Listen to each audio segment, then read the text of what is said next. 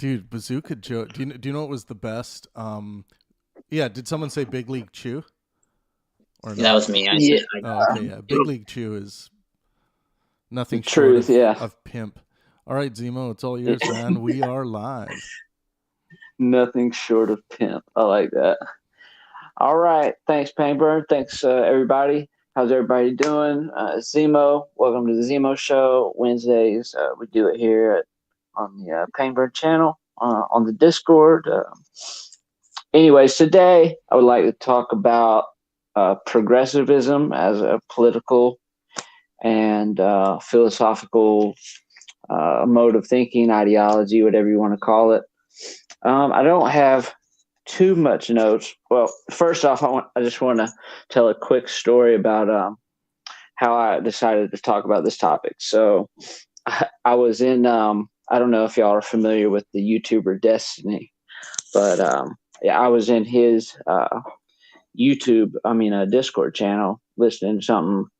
I clicked in after work, and there was people going on talking about how there was this guy who had an argument literally to ban cars.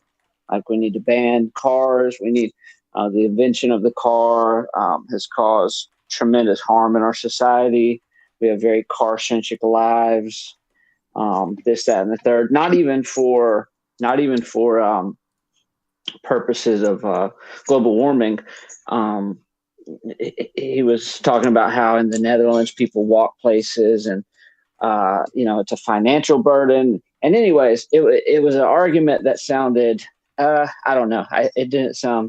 It sounded interesting to me, but it kind of made me think there's a lot of arguments out there of progressive solutions, ideas for the future that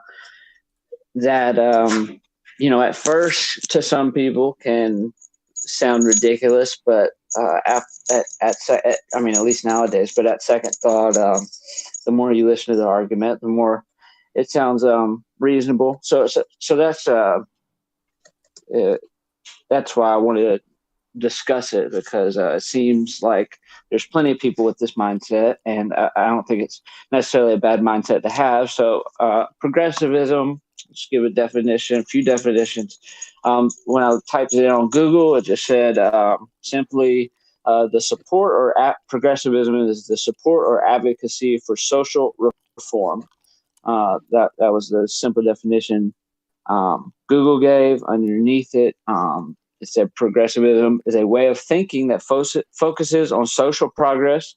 It is both philosophical and political. It is both a philosophical and political movement. It is based on the simple idea that human societies can improve over time. This is normally accomplished with the help of organized government intervention, but not always, especially in the past. But it normally does rely sort of on some type of collective power of the people, right? Democracy or unions or what have you. Main beliefs would include a favorability towards urban industrial societies, a belief in mankind's ability to improve the environment and conditions of life, and belief in obligation to intervene in economic and social affairs. Are y'all hearing that echo? Yeah, Psycho. Psycho. Your mic is echoing, man.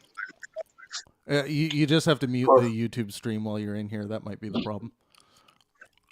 All right. I'm going to say that last part again. Another main belief is the belief in mankind's ability. Oh, God. Hang on. Psycho, are you there? Psycho. Okay. Hey. All right. Boy, that guy's a real Johnny Knot. All right. In case thrice is the charm, I guess. Belief in mankind's ability to improve the environment and conditions of life. A belief in an obligation to intervene in economic and social affairs. A belief in the ability of experts and in the efficacy and efficiency of government intervention on these issues. So the progressive era in at least U.S. history is from 1890 to 1920, approximately, maybe towards the end of the 1930, beginning of the 30s. It's sprang out of the Gilded Age, which is a name that it's kind of given to the industrial capitalist boom that was seen in a lot of parts of the West and in America. And America was changing a lot during those times. It was going through economic change, a lot of demographic changes with people moving to America and immigrating, so on and so forth. And most progressives were concerned. Some were concerned with actually the idea of a democracy with mixed, different people from different places. Some people believe that a direct democracy was the best way to solve things, and other people believe that with people with competing viewpoints, sometimes a direct democracy is actually inefficient. But we can talk about that later. But most progressives were concerned with the horrible, grueling manual labor that was, created with this industrial capitalism. And, it was normally done by huge monopolistic corporations that were incentivized to keep wages low, hours long, and conditions pretty atrocious. Muckraking was a common tactic because it was difficult to expose this type of stuff at first, just because of the time. But muckraking was just basically like whistleblowing of these sort of human atrocities or what have you. And photographic documentation helped as well. So when people saw the pictures of all these kids working and having manual labor, it really pulled at people's heartstrings. Thus, unions formed, and a lot of things got passed, like at least minimum wage laws, child labor laws, these sort of things. And Henry Ford actually, and this is a progressive thing that runs today, like pay your employees more, because it's kind of the idea of if people aren't paid that much on general, but they're working for a company that sells something.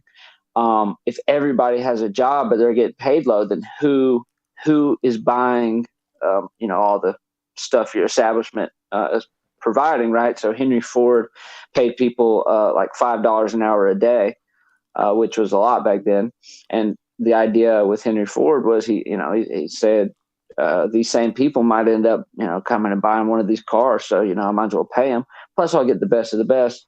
But not obviously anything progressive with the label that's so wide, like progressive. Some things that historically were progressive, we would have looked at as progressive today. I believe the eugenics movement was connected with some progressivism and thus forth. So it's there's plenty to be discussed here.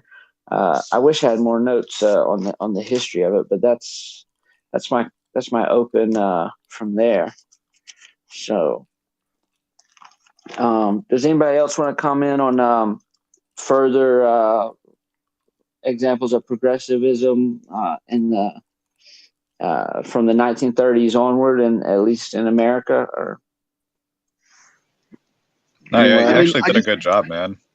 Like you started off kind of vague, but you actually went into more specific stuff. Like, yeah, I mean, I literally scribbled down notes for like 15 minutes. But I would just want to add, because I do have to run to the gym, so I just want to my 2 cents in right before I go. That Teddy Roosevelt was also a progressive. And yes. One of the big things he did was nationalize the parks, right? Public funded museums for maintaining and having open public history and archaeology and stuff like that. It's a big Teddy Roosevelt thing. Very environmentalism. He was also in favor of nationalized health care, wasn't he? I don't know, but maybe. I think I heard Richard Wolff say that, but anyway. Maybe. Well, I'll keep listening, but I do have to run to the gym, so maybe I'll be on afterwards if you guys are still rocking it. All right, man. I appreciate it. So, can anybody else think of anything else historically? Let's move after the 1930s. Oh, real quick, I wanted to mention too that one of the other big problems or failures of at least this history of progressivism was prohibition, which they thought it was progress, obviously, to eliminate alcohol from society, and that just wasn't in the cards. But so, could anybody think of some more progressive movements later on in American history? All right. But limited to like the late 19th and 20th centuries, right? Sure. Yeah, after 1930, we could do that. What about post-World War? What about post-World War II? About the anti-war movements? Seems pretty progressive. Ooh, how about contraceptives and abortion with like Margaret Sanger? Yeah, that's eugenics. Yeah, or eugenics and abortion. Yeah, Planned Parenthood. Sure. Yeah, exactly. Because I mean that label is used today, but yeah, like you put it yourself, right? Yeah, a lot of ideas that were labeled progressive in those times wouldn't be considered progressive anymore. Right. Oh yeah, most everything, at least from what I can tell, at least with modern day progressives, is not progressive enough. Even if it was 5 years ago, 10 years ago. Well, maybe that's a little bit uncharitable, but it does seem to lean towards a little bit of idealism, which I don't think is a bad thing necessarily. So let's just start off with the basics here. Do y'all think it is justified to believe that mankind has the ability to improve the environment and the conditions of, life, conscious life?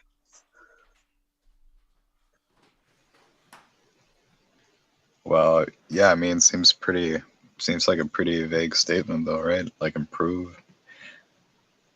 I mean, yeah, I mean, it seems like, societies have made improvements to these areas, a lot throughout history. Right. So, yeah, I mean, if you look at history, I mean, it was basically a flat as far as progress. I mean, it's basically a very flat line through most of history, right? I mean, there were improvements from an era to another, but for the most part, there wasn't a big difference in the Dark Ages and ancient Egypt as far as how people lived in their everyday lives, as far as their the progress. I mean, the societies were structured different, but after a certain point, obviously, and I know you said it seems like a vague and nobody would argue with sort of statement, but I think it's kind of important to nail down why that is. I mean, I think we've grown up in an era, after the Enlightenment, where we just take it for granted, right?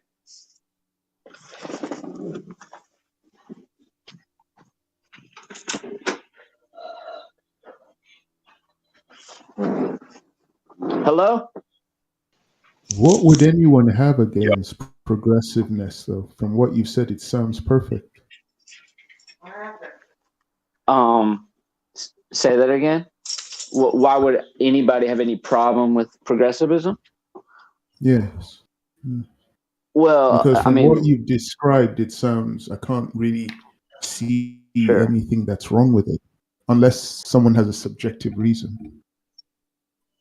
Well, I think as a, I'm sure, I'm sure if you get far enough in the political, philosophy of it, I'm sure you could find objections to it. But the biggest objections, I would say, would be a rejection of social constructionism, right? This notion that we can socially, alter and construct things at a governmental level. Well, there's plenty of objections, actually, now that I think about it. I mean, a lot of people in America is, government bad, government interference bad. And a lot of people live by that motto. And I don't think it's an unreasonable motto. I think through most of human history, we have a very strong reason to be very, very skeptical of people in power, of people like government. And then, like social constructionism, like if you look at the war on poverty, now I'm not really big on governments and states going to war with concepts, right? Inanimate concepts, right? Like poverty or terror. Like these are not good things to aim at, but nevertheless, this kind of comes from the progressive idea that we can move forward. And I think we can move forward. I think more of it is how should we move forward? And is the solution going to screw things up more? And the biggest one would be at the policies that current day progressives would put forth, like, I don't know, Green New Deal, like, free college for everyone. I mean, there's real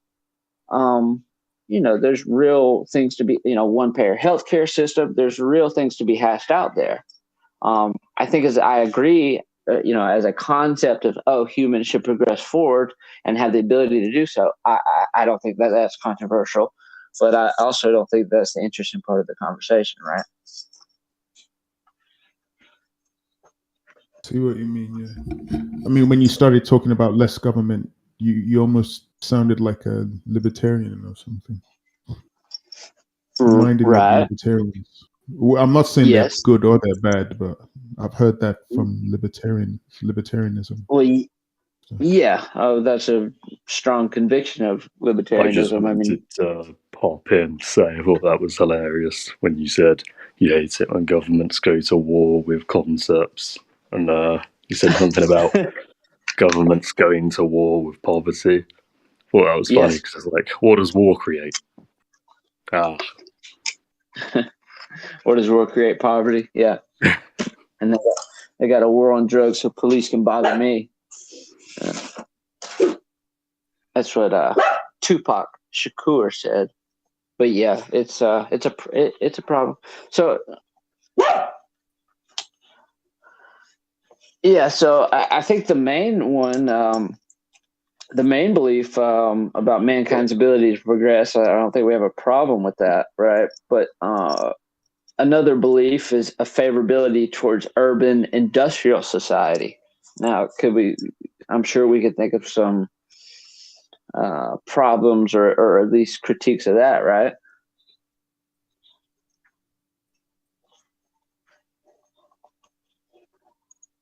Yeah, I would agree with you, ZMO. I think my biggest critique of progressivism is the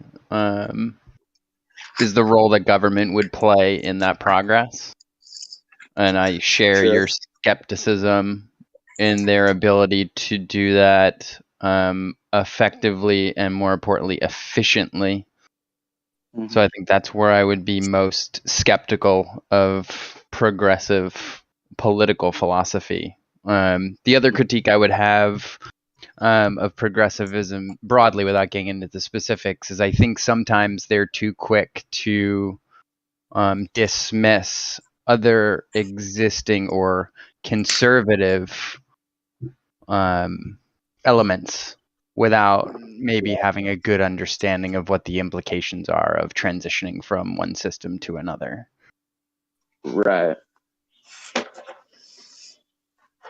Yeah, I mean, like I said at the very beginning, I kind of went into Destiny's Discord, and he's a lefty, progressive, and I would classify myself as a progressive because I do think we should try to pass bills and not make excuses, but and get shit done. But I don't think we should just pass anything. But yeah, I mean, some of these arguments you hear about, we should, it's not enough to just have battery cars. We should eliminate all cars. And while we're at it, it's a vampire on society that has isolated us. And there's better ways to do it. And he was even talking about how crosswalks are painted in the road, which gives people the impression that the cars belong on the street. Humans aren't for the street. And I started laughing when he said that because it just seems so incredibly naive to me. But then he said, and he said in Amsterdam, they normally cite the Netherlands countries. He said they basically build bridges over all these crosswalks, which I'm like, okay, if they do, that sounds better. But it's actually an interesting argument. I at first, but I also think it's a lot of armchair 2020 hindsight sort of a thing, right? Like Henry Ford and these big companies, when they tried to automobilize America, just had, they all had this in mind. And it's easy. And I remember he said Eisenhower did more damage to this country than almost any president, with, because he instituted the Interstate Act, right? And he was basically just criticizing them for the interstate. And when I offered any objection or any question, I was basically told, acted like a treated like a nuisance, so it was quite, I suppose, eye-opening. I guess some people are much far along in how to improve society than I am, but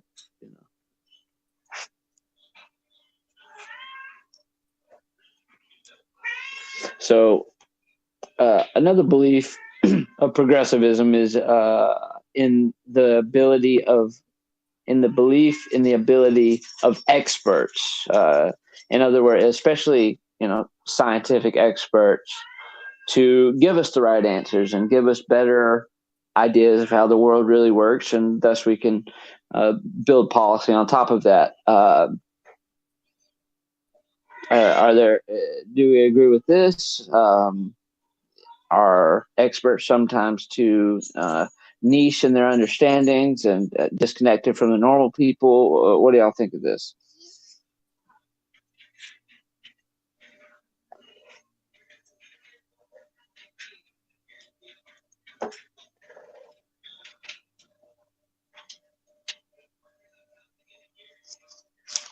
Bueller. Yeah, Bueller. I'll sound off. Yeah, I think there's a challenge with just deferring to experts in general. If that's the sole purpose, if that's all the confidence you're placing in what determines your beliefs. Now, obviously, there's a benefit to this when we're looking at scientific pursuits, because in most cases, whoever's coming up with that belief is not an quote unquote expert in that field. But I think there's a risk in placing some measure of blind faith in quote unquote experts without some measure of awareness that experts have limited knowledge. And I think that can sometimes turn into what we're seeing, post COVID, which is this almost religious belief in whatever the scientific consensus happens to be at the time.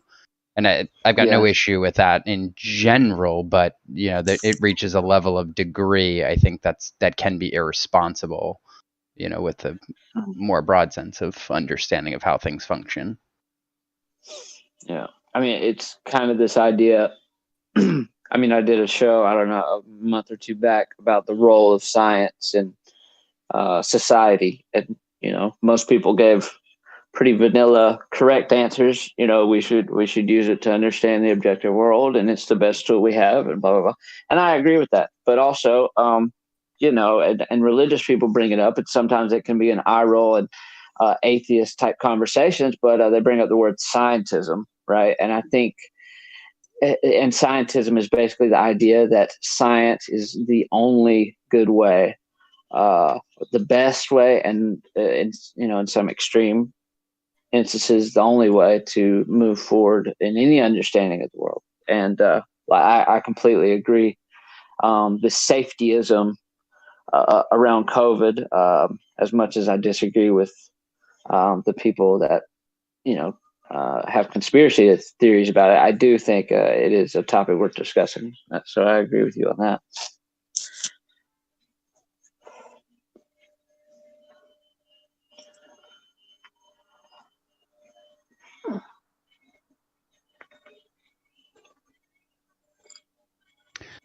Does anyone think, and maybe I'll just pose a question, does anybody think progressivism can go too far? And then if so, how would we recognize it?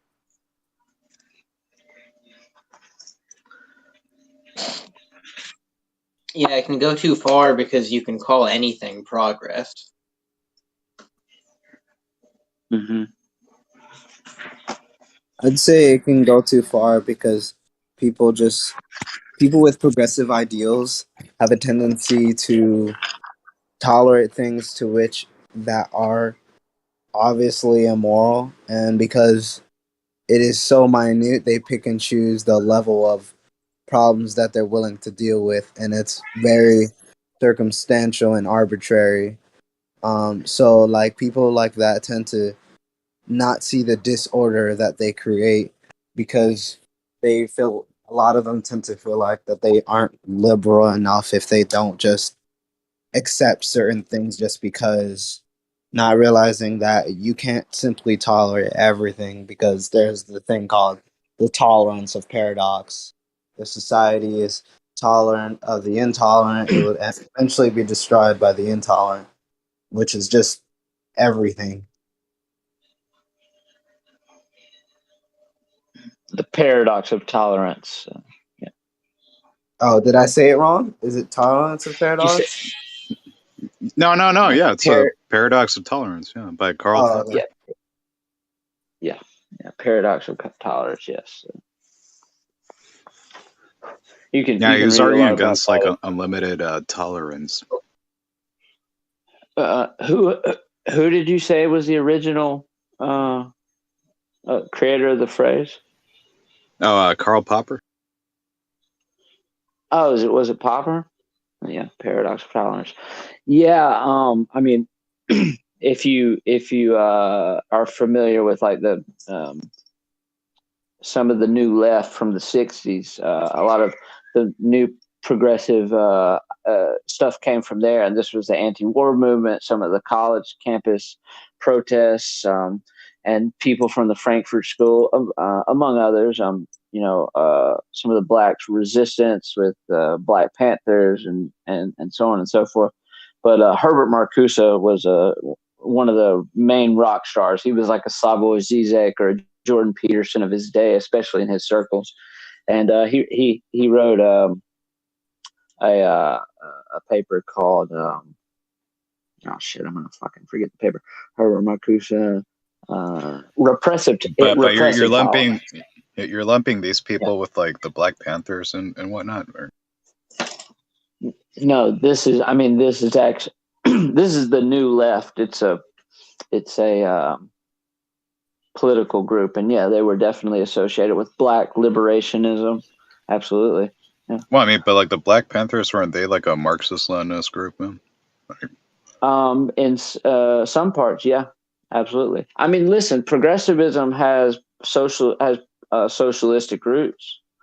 I mean, a lot of in the progressive acts in the early 1900s, it was Socialist Party, this and collectivist ideas. That a lot of things were accomplished by unions and on a. They weren't done on a federal level; they were done more on state levels. But socialism and collectivism absolutely are a huge part of the progressive ideology. Yeah. Yeah, maybe like in the latter half of the 20th century, but no, I mean a lot of progressives in the early 20th century seem to be against socialism and socialist currency. It depends. Now it depends on what I disagree, but it depends on what you mean by socialism, because socialism to me has about 3 different definitions. Now a lot of people want to be real strict, and socialism is is the state between capitalism and Marxism, which will be the seizing of the means of production by the proletariat until we can get to the dictatorship, blah blah blah, right? But then there's more. Then there's a couple other definitions.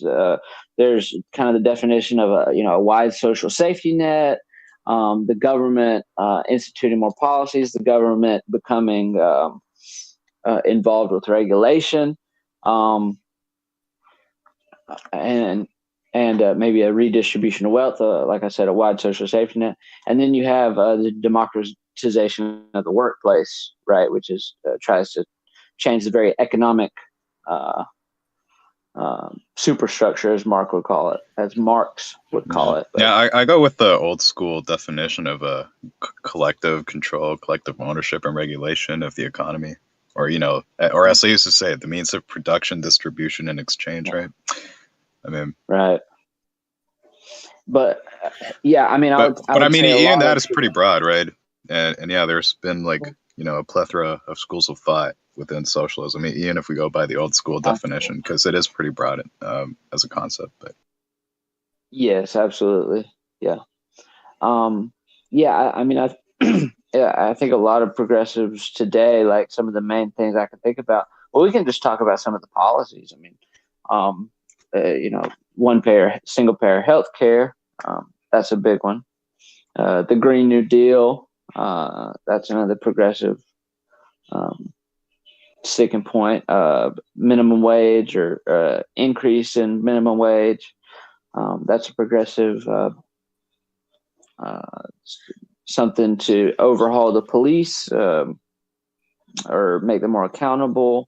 This is seen as progressive. But you're talking about causes that people who call themselves progressives advocate for today, right? Not necessarily what they were progressives or people who call themselves progressives were advocating in the early 20th century, right? Yeah, I'm talking about modern progressives. Yeah.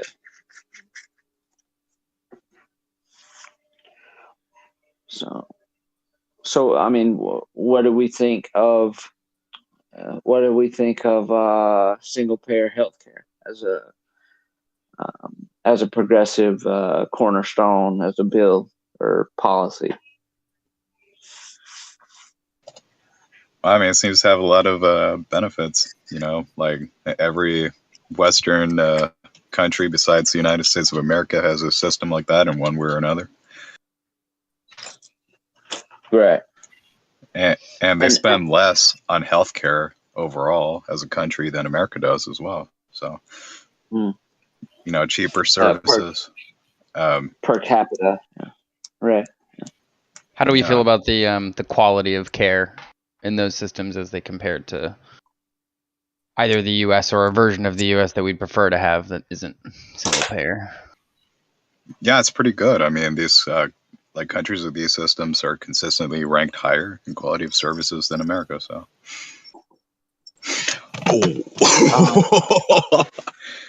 but I mean, oh yeah.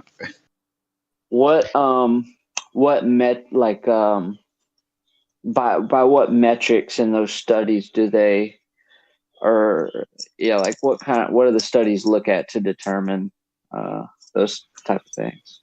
Oh yeah, that's a good question. Yeah, we can. Yeah, we can discuss these studies, man. I mean, there's like a lot that cover like different areas, but yeah, I think generally speaking, the notion is right that the free market system, and I'm not saying America is a good example of this, would drive a better quality of care. You hear kind of the moniker, which is why does everybody come to the U.S. to get specialty surgery done? Theoretically, you get a better, higher quality if it's not. Well, I mean, it's not everybody. It's like pretty rich people, though. Right. Yeah, I mean, and I wouldn't ignore the downside of not having single payer healthcare, which is less democratization or access, particularly among folks that have less means. And I think that's the trade-off. But I would be surprised if the free market system didn't drive a better quality product, at least at higher levels, right? Right. At the higher, more extreme ends of the type of services, like really complicated stuff. Yeah, the more costly services, right? I mean, if just based on simple incentive structures, right? If I've got an opportunity to make more money as a specialty surgeon here in the U.S. based on that type of a system, wouldn't I be more motivated here as a professional to pursue that as opposed to somewhere else where the incentive isn't the same?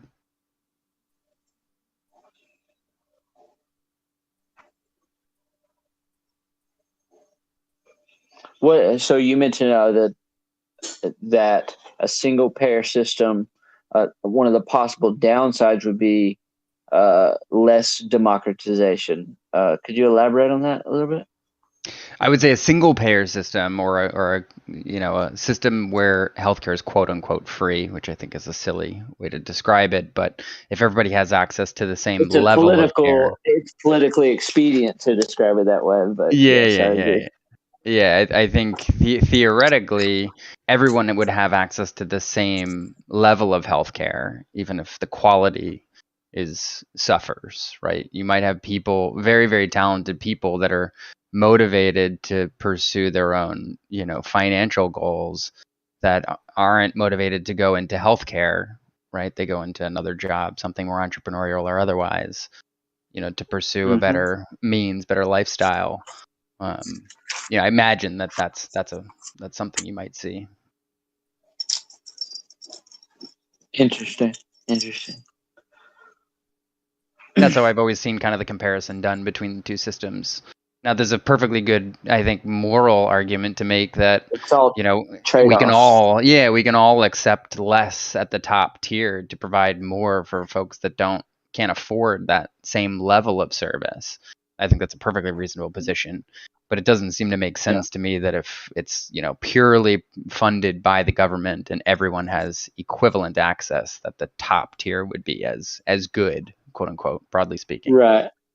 Well, I mean, that leads me to think just that, just like how we have a mixed economy as an entire economy, we could have a mixed economy for the healthcare system, right? And that's kind of what we have these today, countries right? do have private healthcare too, man. I mean, a private option. Okay. Yeah, Okay. I'm not going to pretend to be the expert on healthcare systems in other countries. Yeah. I wasn't saying that they didn't or anything. But we sort of have that here, don't we? I mean, we have Obamacare still in place, but we still obviously have, personal health care, right? Yeah, we have Medicare, Medicaid. I mean, these are, they're not as expansive as they are in other countries, but that's functionally something similar. Yeah, like some kind of government socialized system. Yeah. I would like to see that as much as I think there are trade-offs. I think healthcare is one of those things that it would benefit us to provide at least some basic level of access to. Yep. Like one of the arguments people make, and it seems to be like empirically true at least, is that doctors in America do get paid more than in other Western countries, and some people use this talking point to argue for privatized healthcare over universal healthcare. Even if America, obviously it's not like a free market healthcare system, right? By any means, right?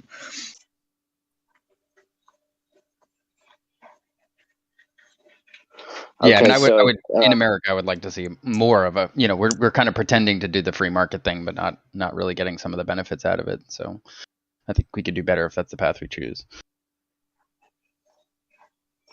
Yeah, I mean, competition. I mean, it is a tired.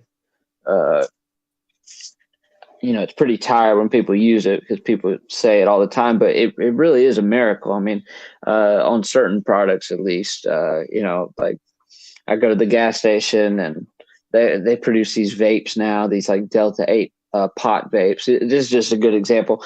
I can think of like the vaping industry it's a new industry. And like, if you wait a year, if you went into a gas station and looked at everything and then waited a year and went and looked at it again, it'd be the amount of products and how cheap they are compared to, how many puffs you can get out of one. It really keeps improving every time I go to the store. And that's kind of a niche little market that I see it affecting. Obviously it's not the answer to everything, I don't believe.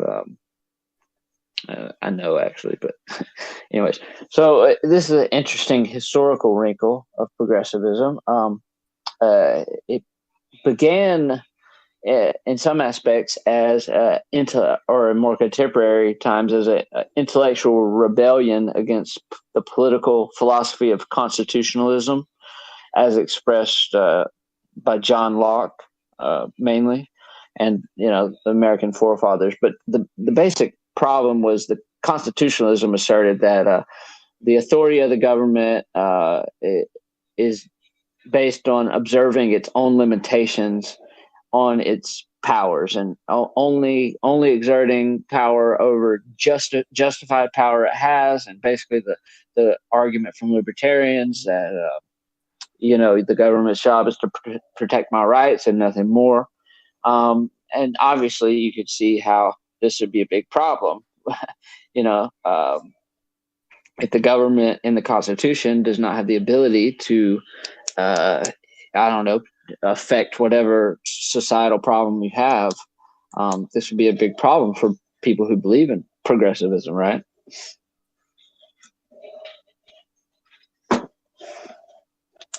So I think you see this nowadays where people are challenging the idea of, constitutional law and ideas of like equality, because it has been shown that there can be equal laws, but if they're enforced equally on different populations, that you could have a disparate impact, right?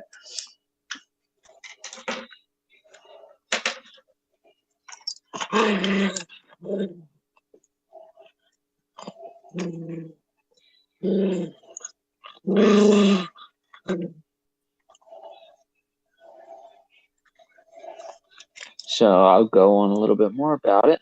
While the term progressivism represents a range of diverse political pressure groups, not always united, progressives rejected social Darwinism, believing that the problems society faced, such as class warfare, greed, poverty, racism, and violence, could be best addressed by providing good education, a safe environment, and an efficient workplace. All right. So do y'all buy the argument that if everybody gets a good education, then we can solve most of the world's problems? Are y'all convinced along those lines, or?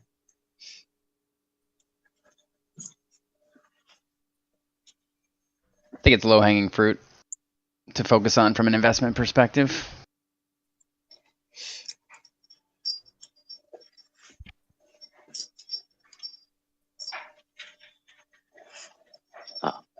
A low-hanging fruit from an investment perspective. Who's investing? We are corporately, socially.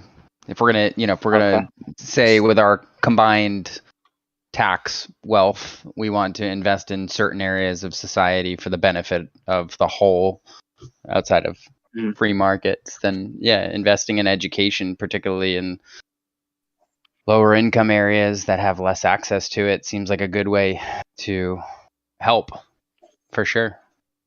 I think it'd be tough to argue against that. Yeah. Could I say something? Of course, please say something. I think that a bigger problem than that, because like you could get everyone educated, I think is overpopulation. I think that if the populace is too high to the point where everyone could be educated, and it wouldn't really matter because of how high the population is, I think that that's a bigger issue, I would say. Interesting. So how does why is overpopulation such a problem? Why can't we just slowly move out and build more urban areas, evenly distributed, and learn how to produce the food and just deal with it? What's wrong with overpopulation? Well, I mean, you say those things like they're so simple, though. Like I would say that it's pretty difficult to just make more urban areas everywhere, right? Right. I don't know. Sure. I didn't mean to, say it dismissively. It just trying to play devil's advocate here. So, Yeah. Why would you say overpopulation is a problem? I've heard kind of arguments for and against that, so I'm just curious why you think that's a problem. Because I feel like every problem that we face usually can be linked to it. That I can think of, aside from like natural disasters and stuff like that. What would be like So a give me a good example? Yeah. World poverty, global warming. I don't know. Give me an example of something that's not like that, is what I would say. Sure. I think actually poverty is a good one. World poverty. I actually thought you meant hunger when you first said it, but so you think the reason that poverty is an issue is because there's not enough financial resources, or would you say it's maybe a distribution problem? Or something else? I mean, I don't really. I mean, I don't know. It's probably a mix of both of those things.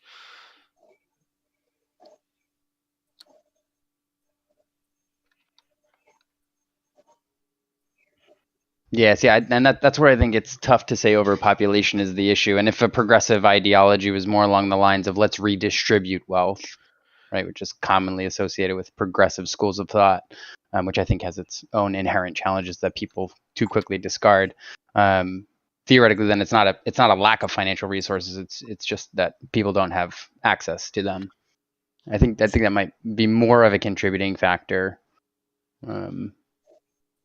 Hunger is another one of those things, right? I don't think we have a production problem. I think we've got a distribution problem. Sure, but like the higher the populace is, the less you can distribute. Like if the world population was lower, the distribution would be so much easier to do, and there would be nowhere near as much poverty, is what I would say. Yeah, also, definitely. Also, I think it'd be don't have easier food to communicate without divisions. Sorry. No, it's cool. Yeah, you can solve the hunger problem by eliminating all the people that are hungry. Well, I mean, that's not what I'm saying. But yeah. No, I know what you mean. Is it though? Yeah, I mean, in the YouTube chat, John J has a few comments on the population and education. John says overpopulation is not a problem. If anything, depopulation will be our issue. Andrew Revere replied, "True, overpopulation is still a non-issue after all this time." And then he says, "You can educate everyone, but with few rewards. What's the difference?" That's on the education part. So, what do y'all think about, if anything, depopulation will be our issue? I would disagree, because I feel like most problems can be linked to overpopulation. So, I mean, through most of human history, though, like the population was a lot lower than it is now, but more people were starving then, right? Sure, I would totally agree with that. I just don't think that I don't think that it's necessarily what's it called? I think that now the times are a lot different to where you benefit more off of the least amount of people. Mm-hmm. I don't know. It'd be interesting to have a conversation about it. But. Well, I certainly agree. Like, urban areas definitely lend themselves to all sort of societal problems, like the human psyche, or it's been shown in mammals. It's been shown in rat studies. Like, if you get I forget who it was, but some scientist, he invented these rat cities, basically. And in the rat cities, he discovered basically the more you added to the population, the worse the problems became. And some of the problems were you would eventually have a group of rats who let's say they're males and they're emasculated, and there's a certain alpha rat, let's call it, that's having sex and reproducing, and they're basically quiver in the corner, and they're like the homeless drug addict rats of the city, right? And there was a few other examples. I think there was a lot of competition for food, a lot of tribalism, territorialism, and if it can be replicated in something like rats, I mean, you add the complicated human into that mix, right? You have all kinds of problems, right? Yeah.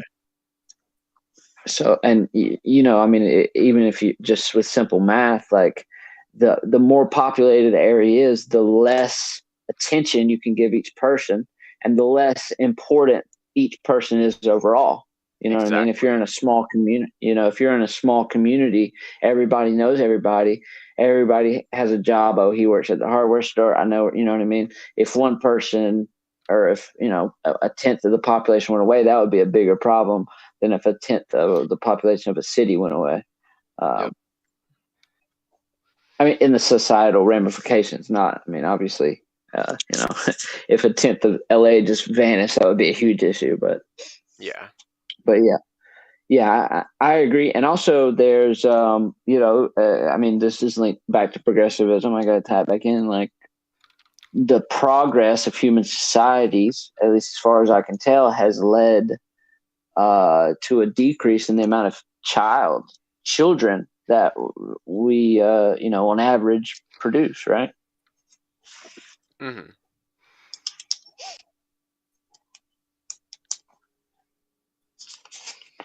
So,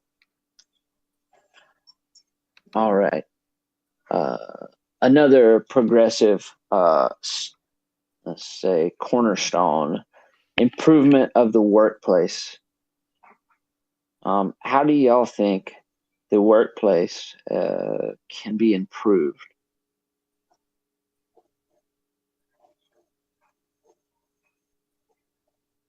Do you think it needs improvement? Yeah, I'll take a critique at one of the progressive schools of thought, and you let me know if this is progressive, that tends to creep into the corporate world, and I think this is probably a little bit more symptomatic of traditional Marxism or some of the more socialism type concepts, but I think they exist along a spectrum. I think I've often heard that workers should have more ownership, equity or otherwise, in the companies with which they work for. One of the challenges that I've always had with that is I don't understand necessarily how you foster the right spirit of entrepreneurship amongst people, particularly in the US, that take on the majority of the risk to start their own small businesses. Certainly it starts off as a small business.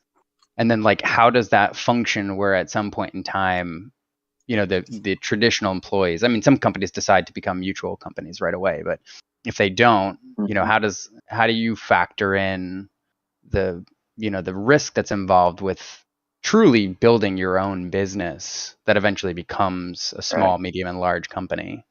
I haven't seen good clarity on that from the progressive or socialist perspective.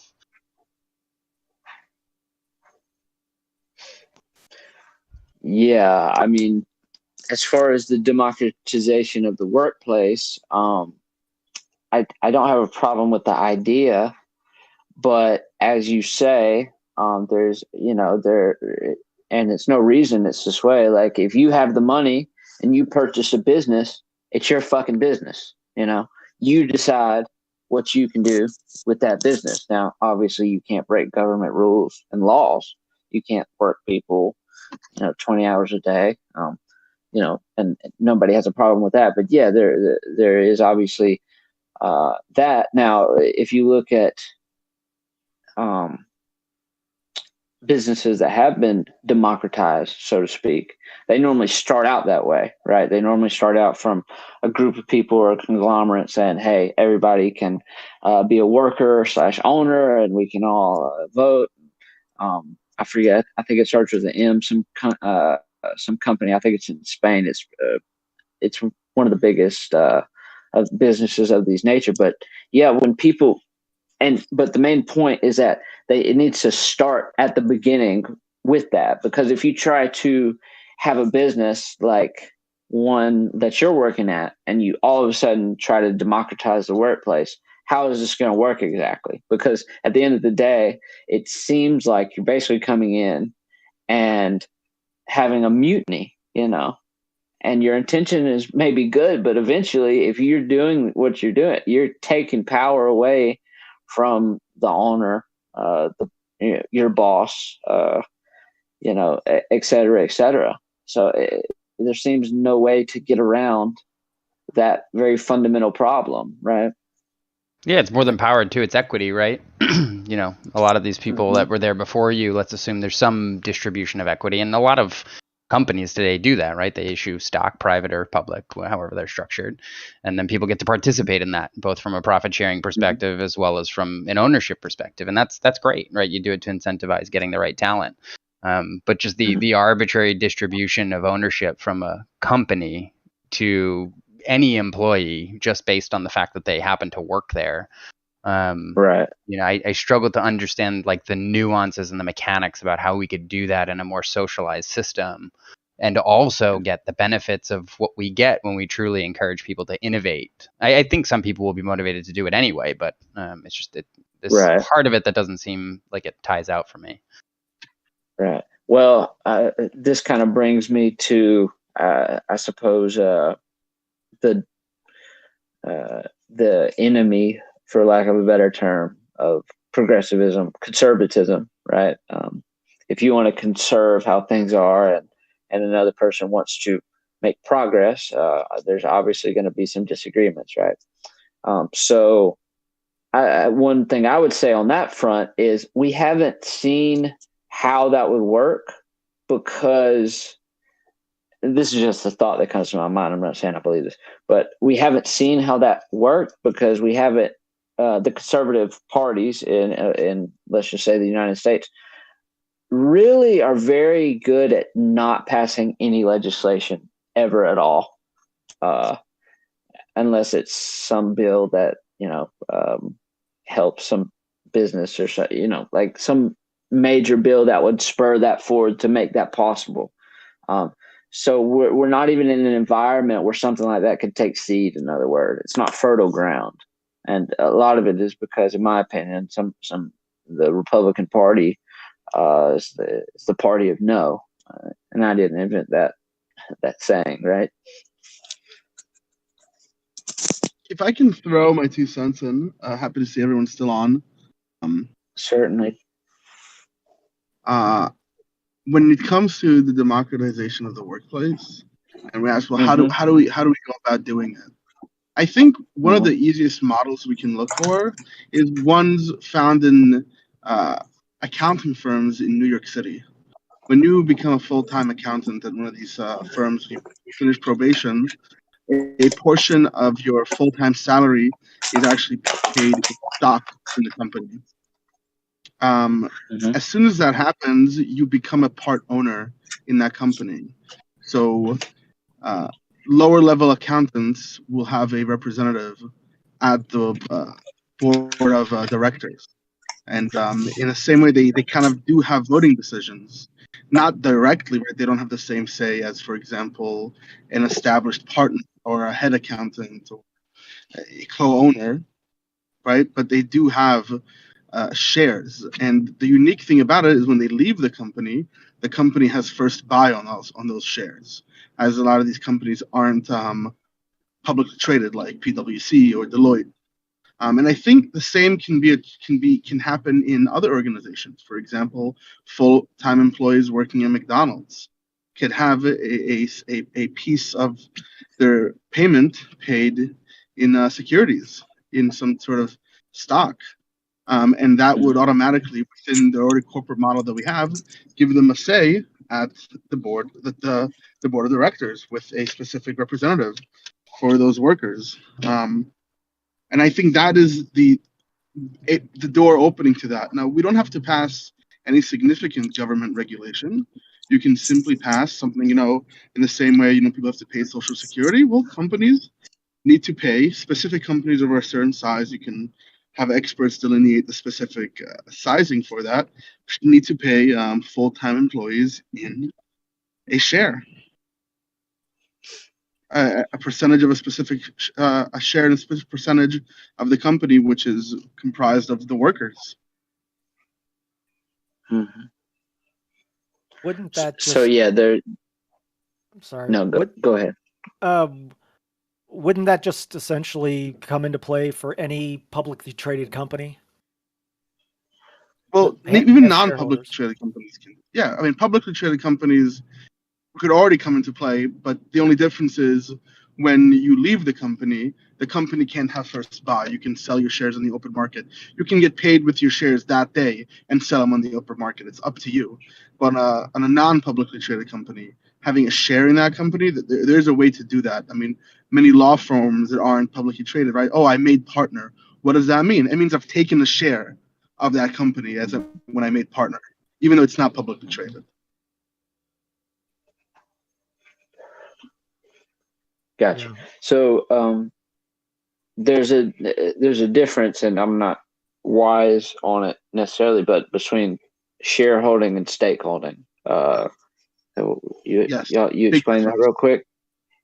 So a shareholder who's someone who owns shares they're an owner in the company.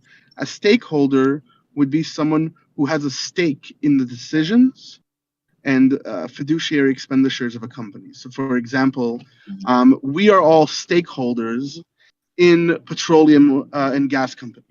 Why? Because the behavior of petroleum and gas company has a direct effect even on people who aren't shareholders in the company. So when you do any type of business administration, you do what's called the stakeholder analysis, because you don't only care about the shareholders, you also have to care about the stakeholders. So when you do environmental policy, you look at stakeholder analysis, that type of stuff.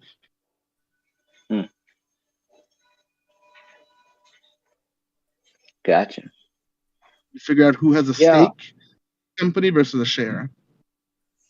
Right. Yeah. So how did these banking or accounting systems get started? Do they have a history back a while, or are they relatively new? It really started, I think, in the 70s and 80s, and because they wanted to compete for accountants. People who have accounting degrees generally have an education, a master's, and in those competitive arenas, these college-educated employees weren't. In order to get the best one, you had to give them a competitive package, and that not only is like a 401k, having shares in the company itself is very important. I have a good friend of mine who works for Adobe, and he gets paid in shares at Adobe. That's a part of his payment. He can he can even choose, but of course he'll take the shares. Most of them do, because it's much more worthwhile. But the access there only exists for people who are already well off. Those who aren't well off and will take any job don't even have the opportunity to be shareholders in the companies they work at. Well, I mean, I understand what you're saying, but typically shareholders, like I own shares in lots of companies, like many shares, and I have an opportunity to vote in decisions related to those companies, but oftentimes my vote doesn't really even mean anything. I don't really have any control, and that the shareholding structure has been set up to allow for those in control of the company to really dictate what actually happens. And similarly, somebody who gets options or gets shares in a company, or even like as an example, a partnership, like I'm a law firm. Lots of law firms have like hundreds of partners. Many of those partners, it's just a mechanism of getting paid more. They don't really have a decision-making role in the direction of the company. It's just it's a means of making more money. So while I understand the shareholder concept in this relationship of giving employees shares, I think it's a stretch to say it's a democratization of the company.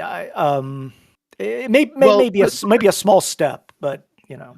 Yeah, exactly. I mean, it is a small step, but for example, let's say you owned a significant amount of shares in a company. You automatically have voting decisions on the board of directors. Period, bar none. The issue is that all these little partners don't, quote unquote, unionize together and have a leader within the company. That doesn't exist. They don't really. That's not a thing. But I think step one to making that happen is we already have laws in the books, like I said, to push that forward. Once those laws are there in the books, then people can start fighting for, well, we collectively, all of us, own what, 20% of the company? Of course, we're going to have someone on the board of directors. Of course, no question about it. We can do that. I'm not sure that's actually the case. I mean, go ahead. I mean, let's look, for example, if you and ZMO own a business, and I own 30% of the company. I own 40%, and you both together own 60. If you and ZMO get together, you can usurp my power. You can say, no, we're taking charge of the business. We're moving you out. But you can do that. I agree. And that's you guys simply collectivizing and making decisions. That's a very rare situation. Like there's almost no situation where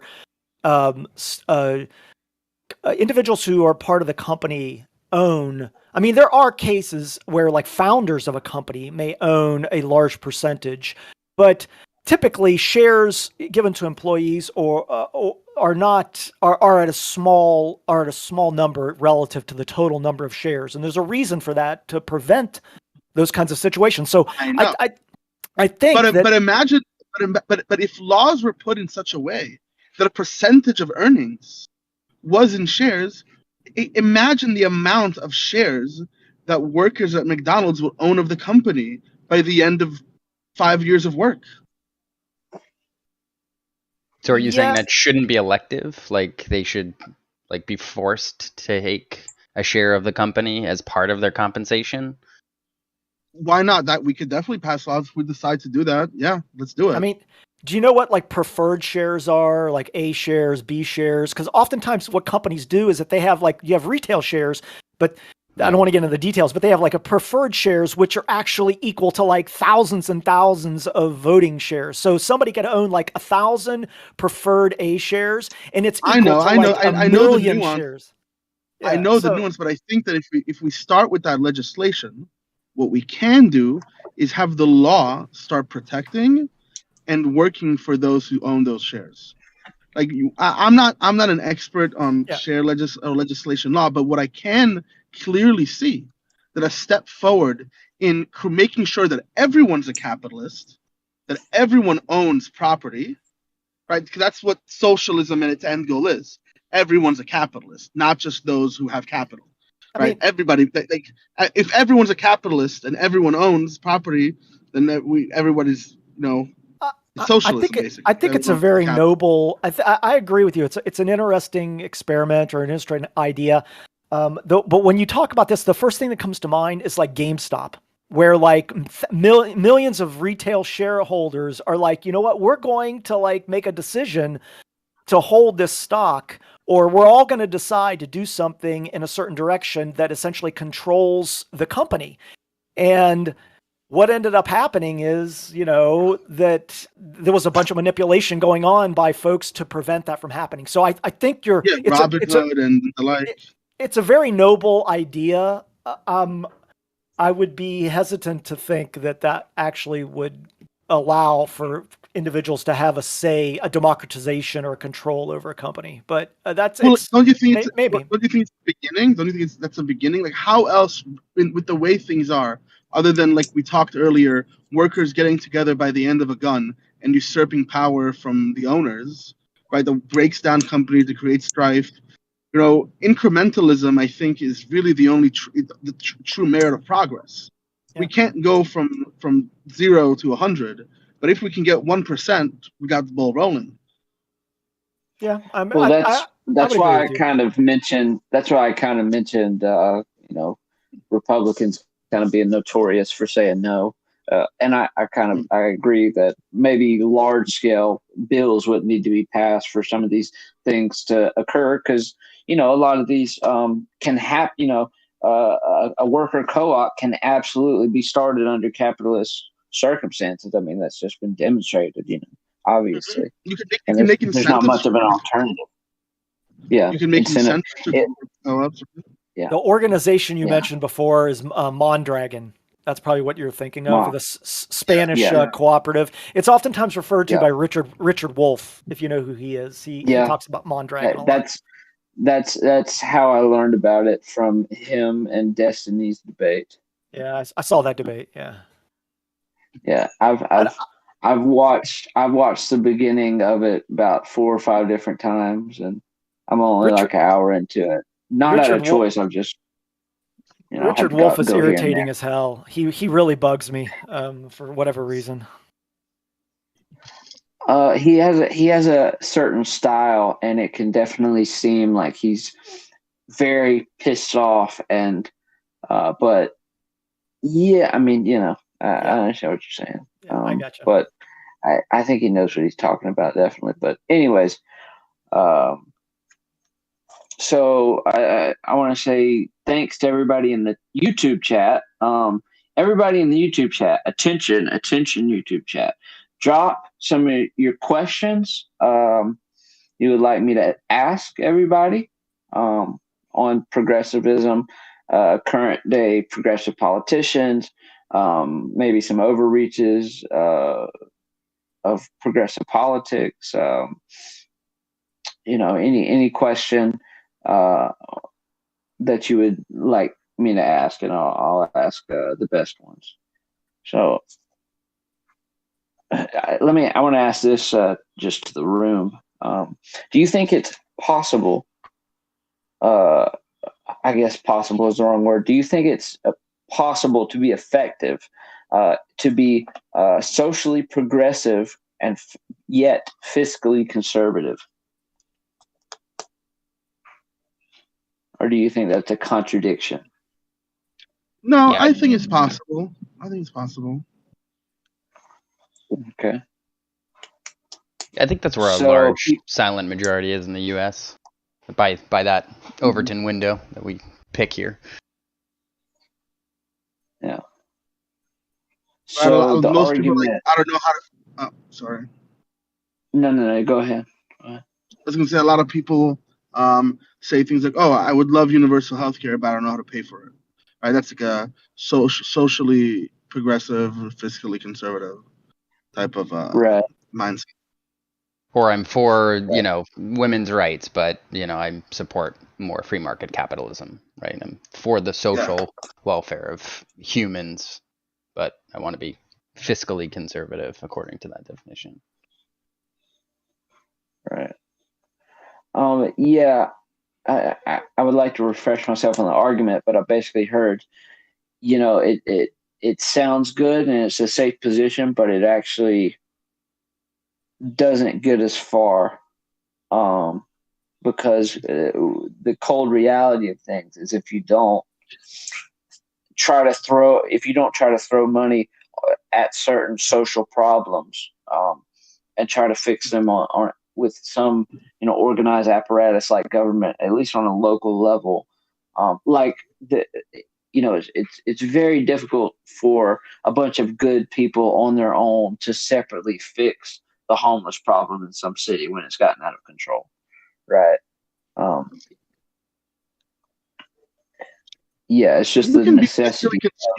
You can be fiscally conservative and throw money at a problem, right? Fiscal conservatism will be like, well, we have to cut this budget if we want to fund this budget, right? So whatever your values are. So fiscal conservatives, but let's just take $200 million from the military budget and move it over here. That wouldn't be against fiscally conservative ideals, right? They can still do it. It's just the values tend to be, well, we already have max funding. We have a deficit. We can't do anything. So it's you just first got to deal with that. Reallocation of money, right? Yeah. Whereas people who are much more fiscally progressive do like MMT and say, no, we can actually create value by printing money and yada yada. When I think of socially progressive, fiscally conservative, I think of individuals who like the idea of being of a progressive social action, but are driven by their conservative fiscal nature. So they like the idea of everybody having universal health care, but they're not willing to spend the money on that, or that they're much more conservative in their perspectives of how to put their money to use for those social actions. Yeah, and I think that's born out of honestly the government's failed attempts or ability to tell the public, hey, this project that we're building right here is, and you do see signs like splosh funds we have in Georgia. I don't know, that might be all across the nation, but it'll be a sign that says, we raise, a splosh tax, we raise a penny on tobacco, and it'll pay for this road. But basically what I'm saying is people have that idea because if they knew that, if they had faith in the government that we would actually see these improvements 5 years down the line, 10 years down the line, fundamental, concrete, obvious, clear as day, positive things that they said they were going to send it to, and they sent it to it, I think people would be much more, ready to take that action. But, the government is not very good at being transparent about how it uses its money, especially on social problems, or even problems that affect our everyday lives, that we'll see. They're very good at spending money on military shit that we'll never see, on bases we've never heard of, in countries, half of Americans don't even know fucking exist, right? But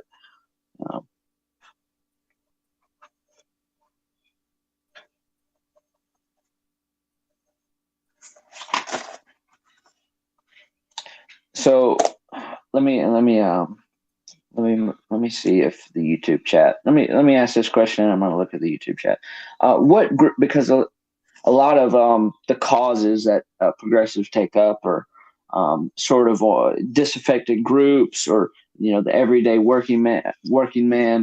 I think some people could argue that the other side of the spectrum has started to appeal towards the everyday working man, but that's maybe we could get into that. But a lot of the policies are based on groups and which ones are suffering. So I want to ask, what group suffers the most in America, in a liberal capitalist democracy?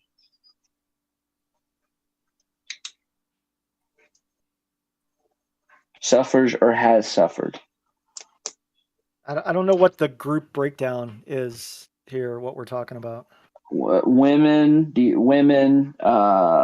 Native Americans, children, elderly,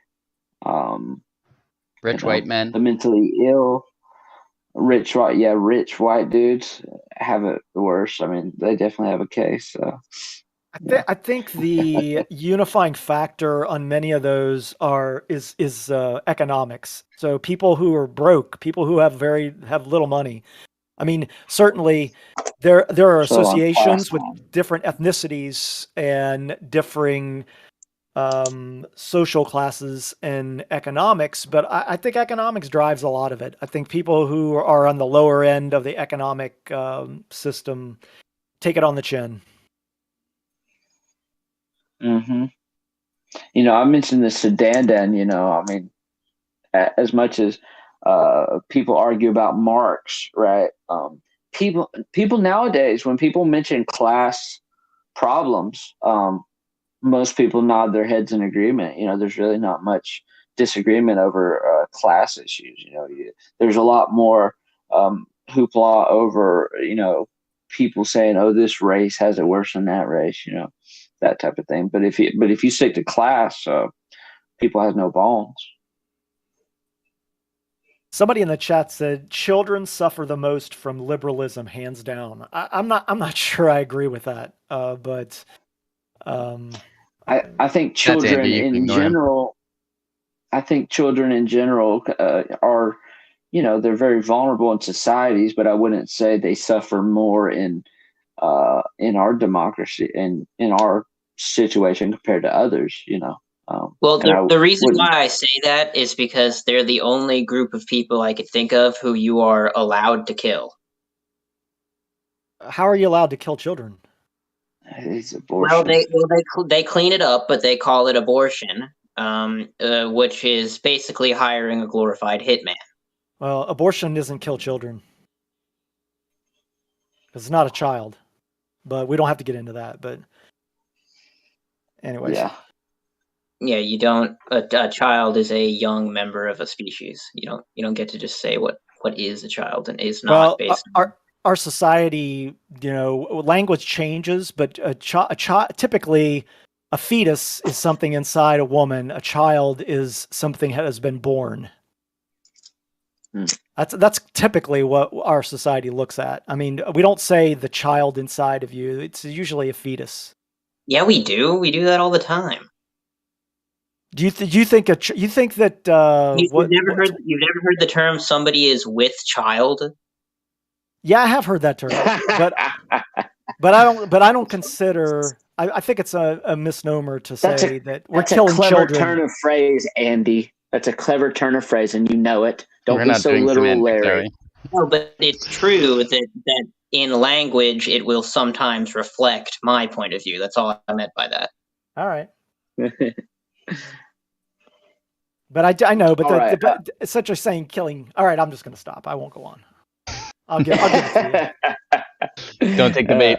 Yeah, right on. Hey, brother, we can have a fucking abortion conversation later in the tavern or something.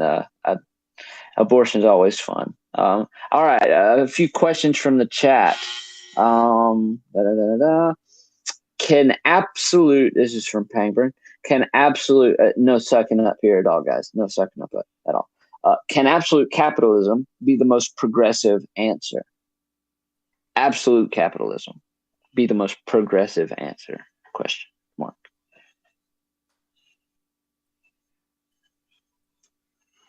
How are we defining absolute capitalism? That's a good question. I mean, absolute capitalism would be, well, some people, I mean, it depends on who you ask, right? Like some people say true capitalism has never been tried. It depends on your definition, but for the purposes of this, I don't know. What do you think is a good definition? Yeah, I think on that subject, and I don't know where Trav was going with it, but I think there are people who would say that are in the conservative camp that what we have in the U.S. is more like corporate fascism. Heard this a lot, than it is like true capitalism. And if you believe that the government's function is to maintain free markets, that's at least part of the government's function in a capitalist system, then there's probably plenty of example that the government participates in the game as much as they referee it. And I think that's a hindrance to the benefits of capitalism. So in that sense, capitalism could be a progressive answer in that it gives us more progress towards that goal than what exists today. Yeah. I mean, it's kind of funny because, I mean, if you want to talk about like in the beginning, the very roots of the progressive historical period was basically in response to industrial capitalism and how bad it was back then, at least. But I think even the most capitalist person nowadays would agree with what you just said, that the 1890s industrial North is not a prime source of unbridled perfect capitalism. I mean, the markets in many ways, we have split up monopolies. We're very unfree, right? If you describe capitalism as an individual basis of exchange between parties that is protected by the government and nothing more. I think it's a decent system. Now again, like I was saying, when people say capitalism has never been tried, some people take it to the extreme and say, taxes is purely coercive, and it's a coercive enterprise, and we would be better off without taxes or anything like that. So.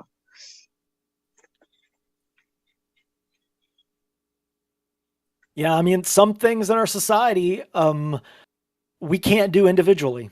I mean, people often make the point of like the military or the roads or, things like that. Absolutely. It's just impossible to do without coming together as a society, and taxes is one way of funding that. And people may want to say, I don't think there should be any taxes whatsoever, but I mean, I don't like paying taxes as much as anybody else. My tax is going to be coming due here any day now, and I'm dreading it. Yeah. I just emailed my accountant. It was like, when's my taxes? Where are my taxes? He's like, it's coming. But but Yeah, shit, it's a fucking nightmare. it sucks. But and I don't know. Did I hear right that that Biden said something about reforming the tax code? When I heard that, I'm like, oh my God, I've heard this like a million times, that everybody talks about reforming the tax code, but never happens. Man, well, look, the tax code in America is like 28,000 pages long, or some ridiculous number. I mean, so they can try. They should probably just trash it and start a whole new one. I mean, it's a possible.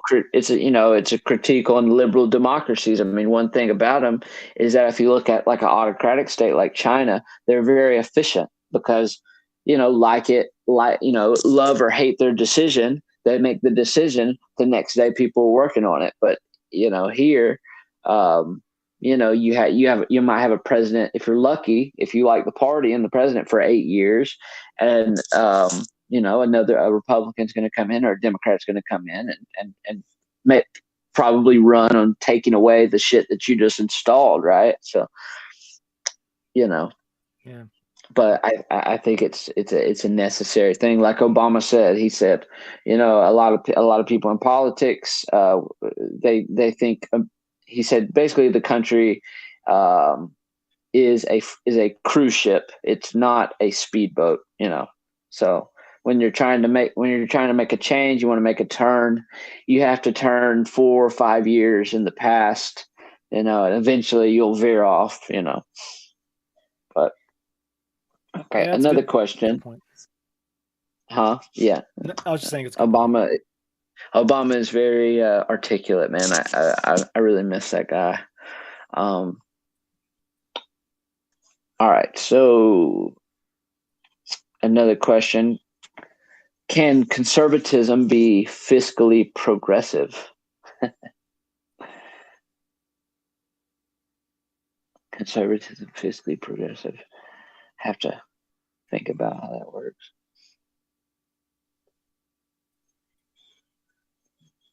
I mean, it just depends on your definition of what progress is, right? Which is sort of a subjective measurement, right?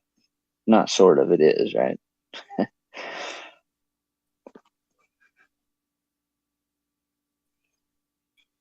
I think conservatives can have progressive views. Oh yeah. It's a nuanced position, but I think it's possible.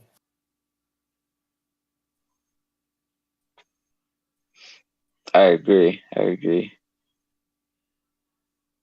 mean, I think like I don't know, somebody else before was talking about corporate fascism. I think that's like one of the most dominating aspects to our politics, and the aspects of like the corruption within kind of the incorporation of politics with corporate entities, and that kind of flow is toxic. But if that wasn't in a place and individuals were actually willing to think on their own, that certainly somebody who is conservative could have a progressive thought in a conservative viewpoint.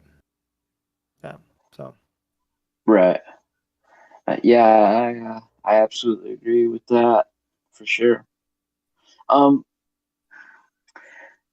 y'all think progressivism, just in modern day zeitgeist of politics, do y'all think it has a sort of slanderous implication? Because most time I hear it, progressive, at least on the right, they normally use it to refer to, the AOC types, the squad types, the sort of overly idealistic, sort of camp, right? Progressive is like the new term for communist. It used to be like, or socialist. You'd say socialist and everybody would cringe and be like, "Oh my God, you're a socialist? How dare you?" So somebody's like, "You're a progressive? Oh my God, how dare you be a progressive?" So it's just like you said, it's a way of like slandering the left. Which is kind of I don't want to get into like my negative viewpoints on conservatism, but conservatives come in to fight. They're like punching. Like liberals are like, let's hold hands and sing Kumbaya, and the conservatives are out there just punching away. And it's hard to combat that when one side is like, we're trying to actually come up with real world solutions, and the other side's like, I'm about beating the hell out of you so my side can get in office. It's hard to combat that when the other side's like, progressives are communists, progressives are evil, progressives are gonna ruin the country. It gets a little much. Yeah. I mean, with these labels, it's funny, because I guess the first time I heard the term, I'm sure I had heard it before, but the first time I started paying attention to it and heard the term progressive, it's normally used by people who are talking about the side they disagree with, right? So it's normally used as pejorative, like you said. But it's interesting because I think a lot of words actually happen like that. Like capitalist is not something that capitalists, quote unquote, called themselves. It was actually a pejorative term. They're capitalists. They only care about the capital, right? So a lot of these political terms, because politics is, not a place to make friends. It's sort of how these words come about, and that's part of the reason I wanted to have this discussion, to kind of demystify these political ideologies. And this is just another thought. In the beginning, I talked about the progressive era and the history of progressivism. But I mean, really, if you want to talk about the history of progressivism, I mean, it depends on how far you want to go back. It's just the human desire to progress into a further, into a better state. I mean, humans are always going to look for the newest, better thing. Humans get bored very easily. So, I mean, you could probably go back to Plato and the Republic. You could go back to, philosophy, the beginnings of philosophy, because why do philosophy? It's not a game for entertainment, or some people use it, but it's to, ostensibly progress, right? Stoicism took on the idea that, knowledge and wisdom is to be cultivated to at least progress in your mental life, right? So I'm just pointing out that this is an amorphous term, and it is a political term as we're talking about it, but it could refer. It's as old as the hills, and it could refer to all kinds of actions. It goes all belief systems. It goes all the way back to the Cold War and communism. It used to be like communists are the devil. They're who we're fighting against. When you think of, or even before then, the Nazis. It's like, Steven Spielberg's movies. He's mentioned that like he uses the Nazis as the antagonists because nobody likes a Nazi. I mean, nobody can possibly ever like a Nazi. So Nazi, they're obviously drastically different, but we use the same term for communists. Like the communists are going to take our country. The communists are evil. Nobody could ever like a communist. Then it was socialist. Socialist is like connected with communism. And then socialist is connected with progressivism and liberalism. So you see this term now where when you say progressive, people think progressive is just evil. It's in the embodiment of evil. So it's just I think it's just a connection to all these terms that tail all the way back to the early parts of the 20th century. Probably even before. Yeah. I had a question for you, Jason, if we can go back to something you had said earlier. I think you kind of described almost like the political dynamic where you've got the progressives on one side trying to come up with real world solutions, and you've got the conservatives being more obstructionists. I imagine that loosely ties to Democrats versus Republicans here in the US. I think one of the challenges I have with that depiction is I'm not sure that I see a lot of genuine, like, altruistic motivations on the part of the Democrats any more so necessarily than I see from the Republicans. It seems more like that's just their political philosophy that they use to campaign for re-election and to motivate their base more so than actually, and I'm sure this is, not true of everyone, of course, in either side. But I think that's an excellent point. And I think that where that has come from is that in our modern political era, that the Democrats, progressives, whatever you want to call them, have, at least at the national level, have come to the realization that they've got to fight fire with fire. Like if you what's the term? If you can't beat them, join them. If you can't beat the conservatives at their game by being as altruistic and like speaking to the people, like, look, we have ideas that will make your life better, and conservatives are just doing whatever they need to do to get elected. If we can't win on that, then we have to we have to spin it like we're still altruistic, but in reality, we're just doing the same thing that conservatives are doing. So I think you're right in that. And some people pick up on this and despise progressives and Democrats for this, is that they seem like they're altruistic, but they have ulterior motives, and that makes them even worse. And at least the conservatives are straight up about their motives.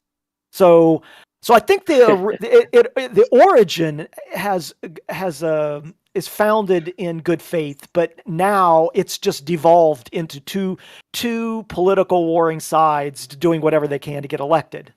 Right, or they see Nancy Pelosi and the wealth she's accumulated by, as a function of her position in a political system, and it's like, okay, well, are you where do you really stand in terms of altruism, right? I wish she would just step down as a Democrat. I'm a Democrat. I wish she would just step away and as from the speakership, like when she was up there behind Biden. Did you see do the squirrely thing over the fucking I don't know. He said something about burning pits or bombing or something, like something bad, humans dying, no big deal. She looked like a cracked out squirrel. That's what people were saying. Yeah. I mean, I understand like, that, the way our system is that if you have somebody in an elected office for your district or, whatever, that they've been there for 30, 40 years, that they have high positions on committees, and therefore your district has a lot of say because you've got somebody there that's high up in the food chain. And if that person steps down and a new person comes in, then you're low on the food chain. You don't get your issues dealt with.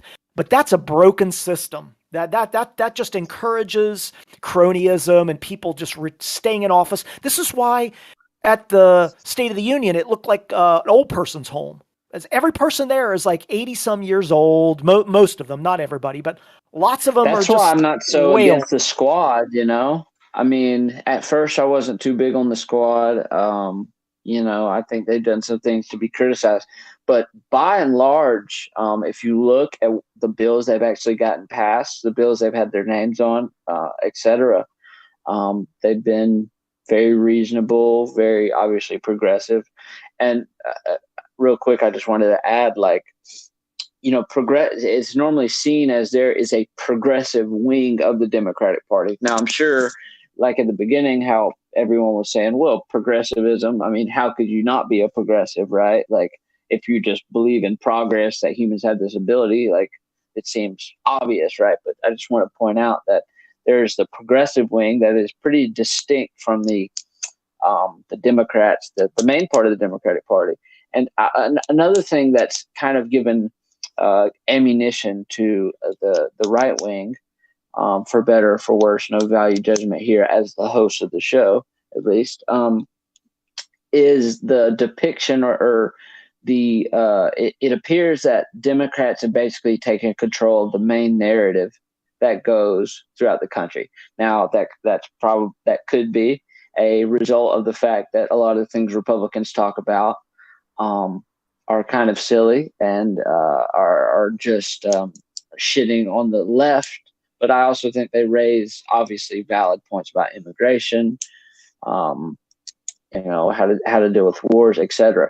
But that it's the idea is that Democrats or liberalism has taken over colleges, has taken over Hollywood. Pretty much, if you watch the ABC News, like you're going to see the same narrative that you're going to see on CNN with less political bias or whatever. But just the feeling that they've really taken control of the narrative gives a lot of Republicans the ability to point and say, oh, you used to be the guy that was working for the little man. You used to be the guy that was for the poor and the downtrodden. And now you Democrats are all in the back pockets of the corporate lobbyists. And obviously the Republicans are too, right? They're notorious for that. But that's why I mentioned earlier that I think you see a swing in who each side is representing, at least for the Republicans. For the longest time, they're the party of big business, etc. And then with Trump, I love the poorly educated, farmers, the truckers in Ottawa, all these type of things. They seem to be at least trying to support some more backbone, regular, everyday people. And I think they're gaining traction on that front. That's just few comments I had to say on that, but I'm sorry. Go ahead, John. No, please go. Yeah, and I was just going to dovetail on what you said, similar to the ACLU taking a position in support of free speech, on behalf of Nazis, as opposed to what seems like the current version of progressive politics, which is more, I think you usually get cancel culture affiliated with, more progressive politics these days. So it's kind of an interesting transition to observe. Mm-hmm. Yeah, I was just going to say that I think that the problem, first of all, I think Trump is he's just saying whatever he needs to say to whatever group he thinks he can latch on to that will get him votes or control. So he just sees people that don't have a home, and he's like,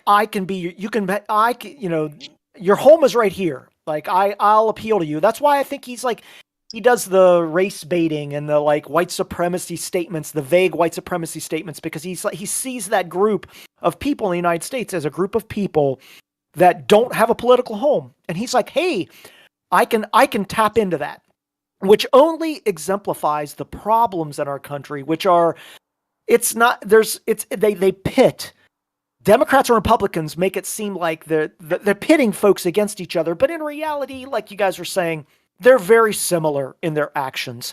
And the problems that we have are not conservative and progressive against each other. It's about, those in power and those not in power. It's about a two-party system that is just broken, and that we need more parties. We need more engagement in our political system.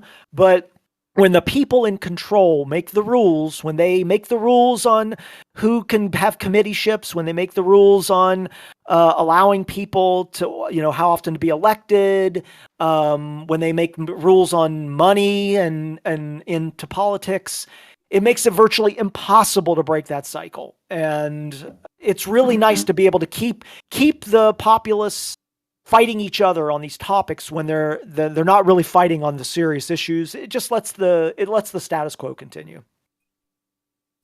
Well, that's kind of the culture war stuff, and a lot of it is seen by some camps as just obfuscation of the, like you said, an avoidance of talking about some of the real issues that real Americans care about. Yep, totally.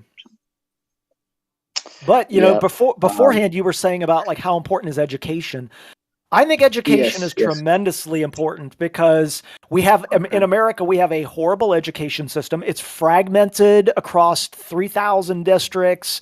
You know, it's you know, we kind of pose the education topic as like we want education to be local, when it essentially just means we want education to be fragmented as hell. And the result of that is what we see now, which is an uneducated populace that are easily manipulated. And that plays right into the two-party system and control. And it's not going to change until folks are able to see through some of this bullshit. That brings me to an interesting thought, and I agree. No, I do think the further you get down the line, maybe education on every front is not the magic pill, but obviously educate a populace in a democracy is a necessity. But I just remember in high school, like I remember the history classes, we learned about world history and you know, U.S. history, but we'd learn all the old stuff. We'd get up to about World War II, and we wouldn't talk about anything else. But at least in my school, we didn't get to any of the contemporary historical chapters in the book, right? In the textbook. And it only went so far. It didn't even cover some presidents. Like, I'm just saying, at least in my schools, I don't know how it was in y'all's, but we didn't talk about contemporary American politics.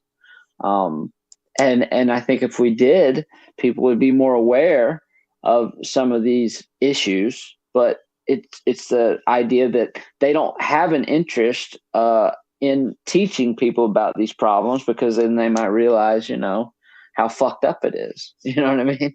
So I don't know if it's intentional or what, but well, just we didn't learn shit about contemporary politics. You know, over time, we've just watered our education system in America down so much. We pay teachers very little. We don't fund schools.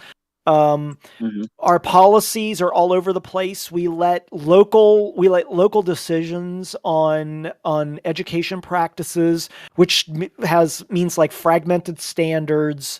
When you do that for years and years and years, and then you have another side of politics saying, we need to do away with the Department of Education. Look at how much money is wasted in the Department of Education. When all that happens, then you end up raising generations of children that, you know, can't point to the capital of California, that don't know what the Holocaust, when you said the word Holocaust, they don't know what it means. Yeah. It's like the Jay Leno segments where he walks out on the street and asks people. Yeah.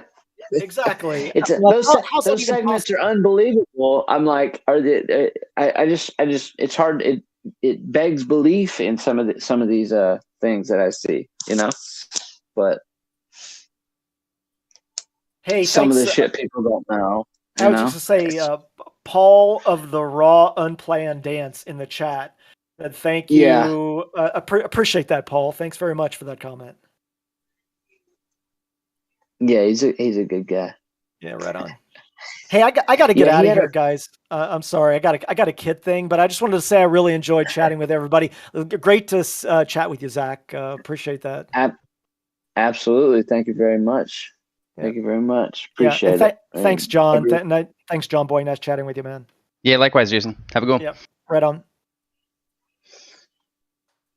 on. Is there anybody? I'm gonna get to. I think he asked a question. Okay, I was saying, is there anybody in the chat that hasn't said anything? Andy, John, I can't read that. Cameron, do you have any thoughts on what we're saying right now about progressivism? It looks like Cameron has his oh yeah. I think he can't hear. Oh yeah. Yeah. He can't hear me. Gotcha. This is a great chat, man. I'm really enjoying it. Thanks. Appreciate that.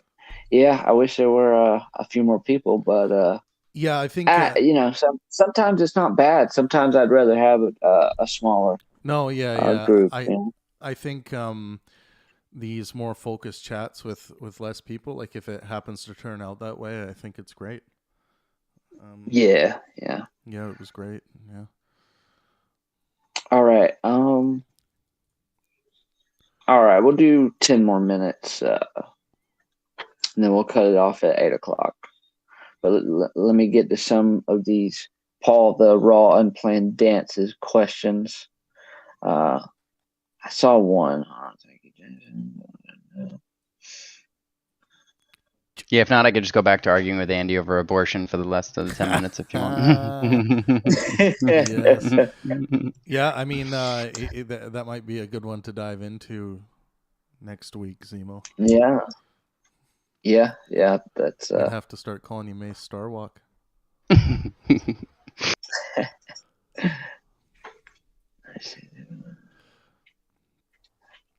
saw one. What did you have one, Travis? Did you see a good question? I actually wrote a couple down. I saw some. You guys did one of them, I think. Yeah. So can conservatism be fiscally progressive, right?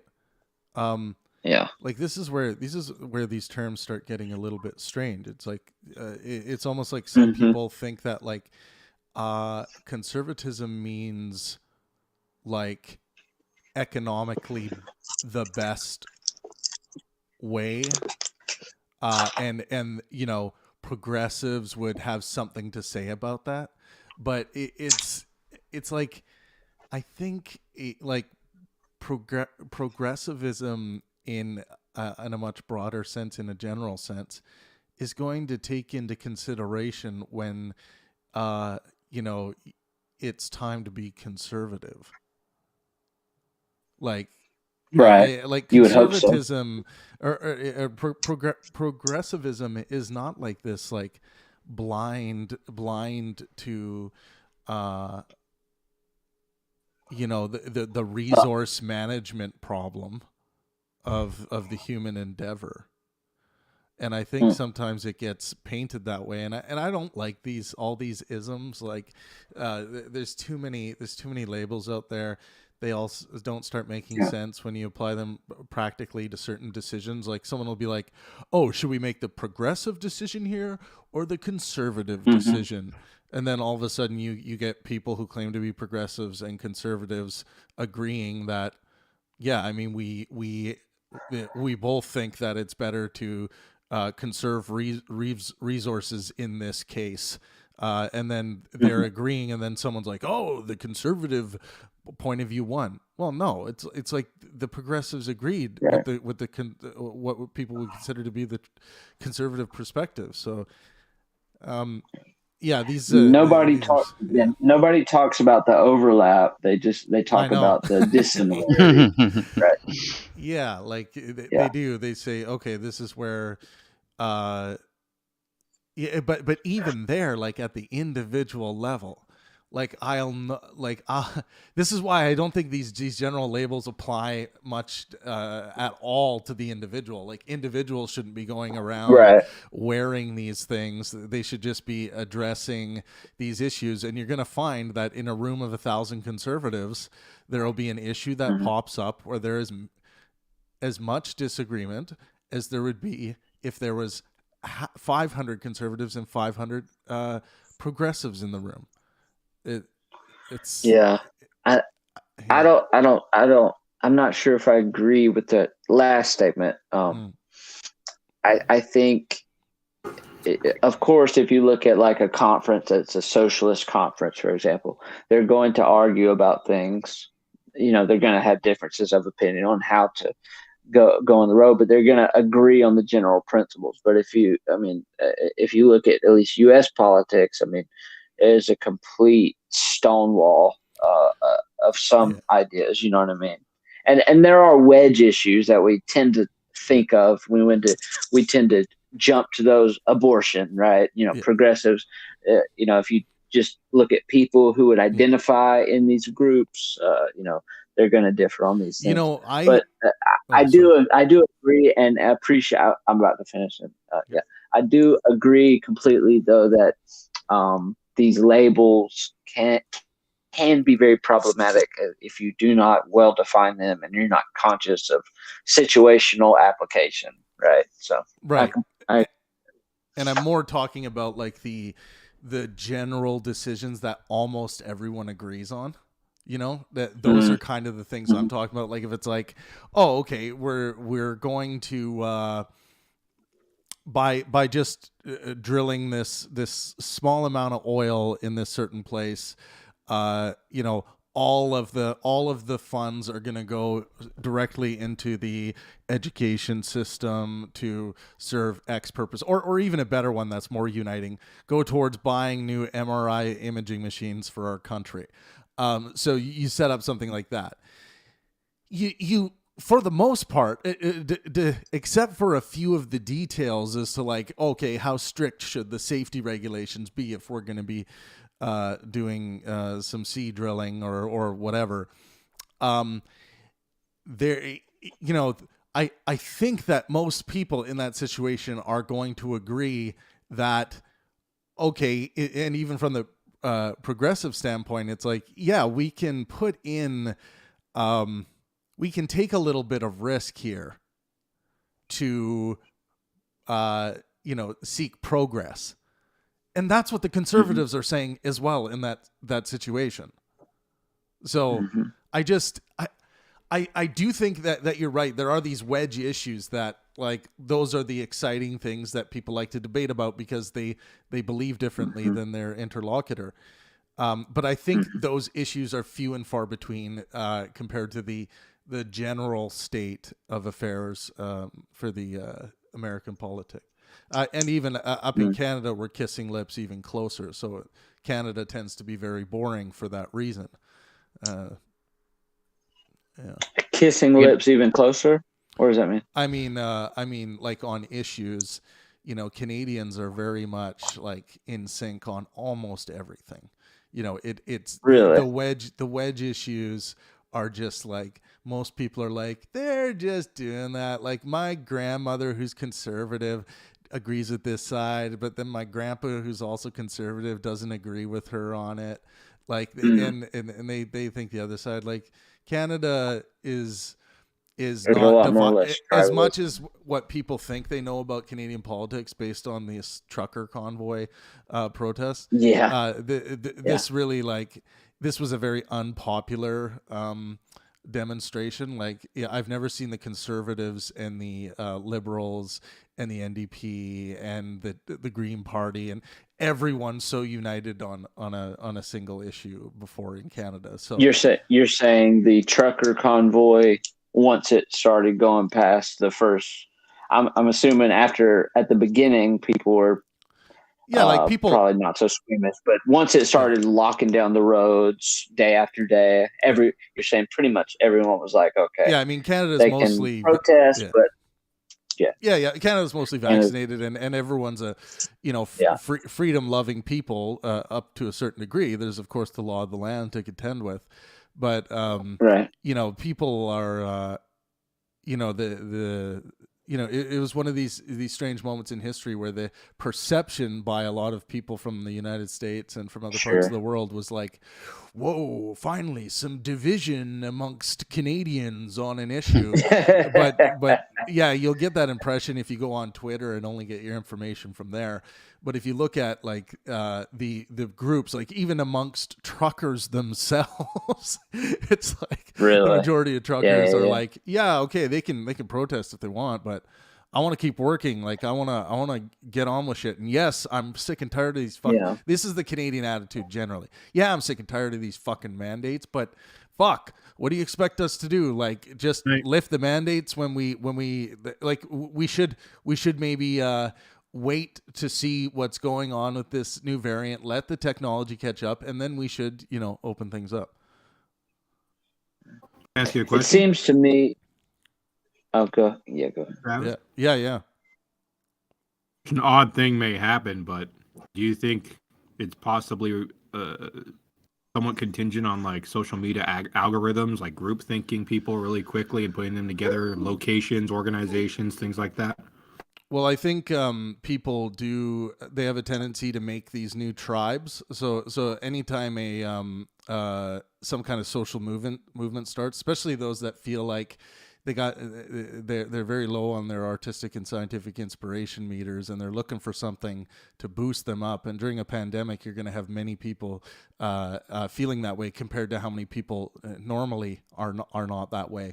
So then they build like the Facebook group for the trucker convoy, and then all of a sudden you get 36,000 people together, and everyone's messaging, everyone's supporting each other, everyone's retweeting, and people are like, wow, like I'm saying stuff about something, and I'm getting all of this, feedback from my peers about it. And that's not normal for me. I feel like I'm part of something. Like that's a very powerful, attractive thing to be a part of for a social ape.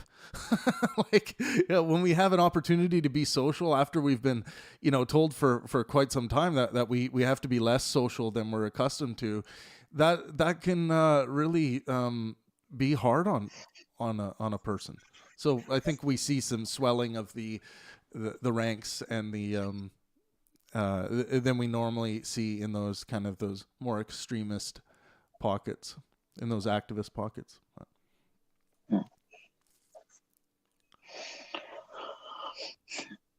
I guess real quick, I'd just like to go back to what I kind of began the discussion with, is this example of going to the Destiny's Discord server and being in this conversation with this guy who wanted to abolish cars effectively.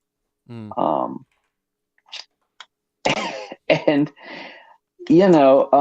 I think a lot of his argument was logically sound. Did he have a plan? Like I said, I think what was his plan for this? I didn't get that far. Oh, okay. I somebody told me to shut up, and they were disrespectful, and I cursed them out and got banned. Yikes. Yeah. I heard that's a special place. And then, yeah, dude. And and then I immediately filled out the request form to get unbanned. And I was,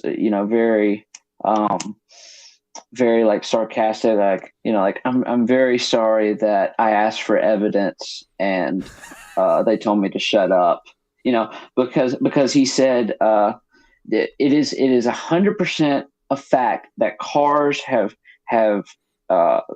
basically immiserated humanity in every way possible. And I just said, what, can you send me some evidence for that? Are you basing this off of studies? And he was like, everything I've already said, and then I was like, no, I'm literally asking. I'm not trying to be a contrarian. Yeah. And they told me to shut up, and, so it's kind of this.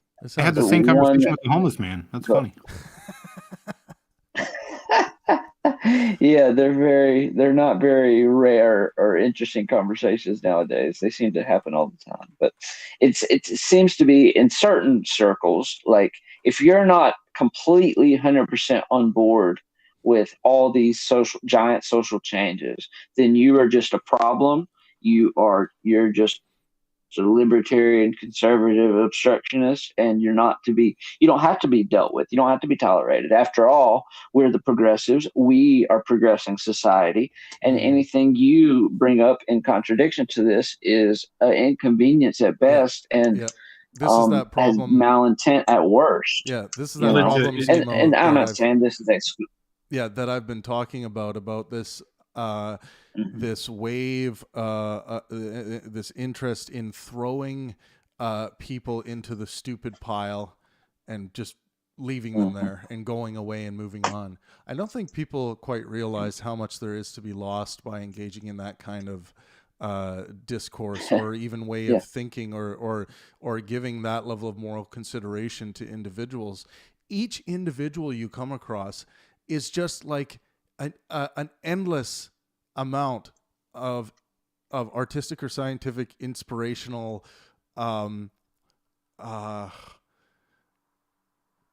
treasure trove, right? Yeah, it's just treasure trove. Yeah, every individual is a treasure trove that has a look. We all have difficult treasure maps, right? And that's there's no denying that. And some of us are more difficult than others. I'm very difficult. I'm a difficult person when it comes to this. But no, you don't say. but when push comes to shove, I want people to exercise absolute patience for each other and see the potential in each other, as opposed to, you're saying something against the agenda that I am currently following.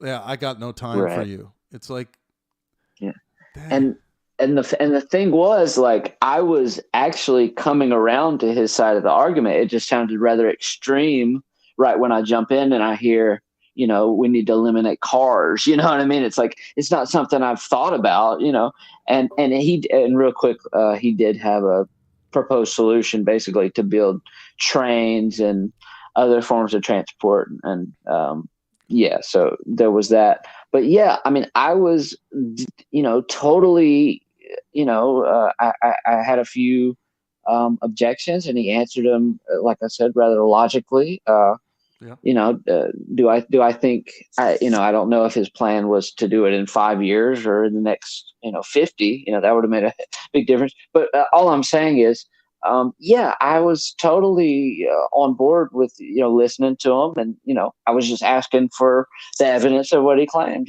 so yeah, I completely agree. And as far as people being a treasure trove, got mad. Yes, I got mad. I'm no innocent bad person boy. in this. Can I guess why you got mad? Why?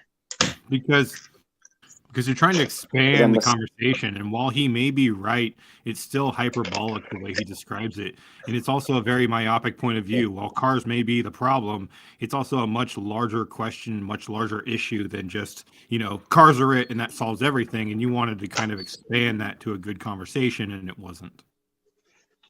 Yeah, it was a lot of things. Right? Yeah, of course, the benefits.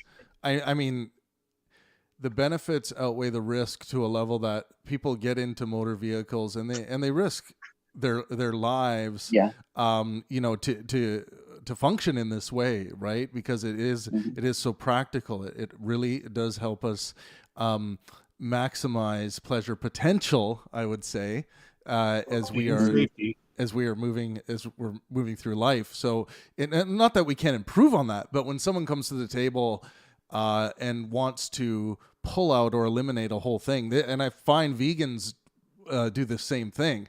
They want to say, I had veganism written down, dude. Okay, awesome. Like I had it written down.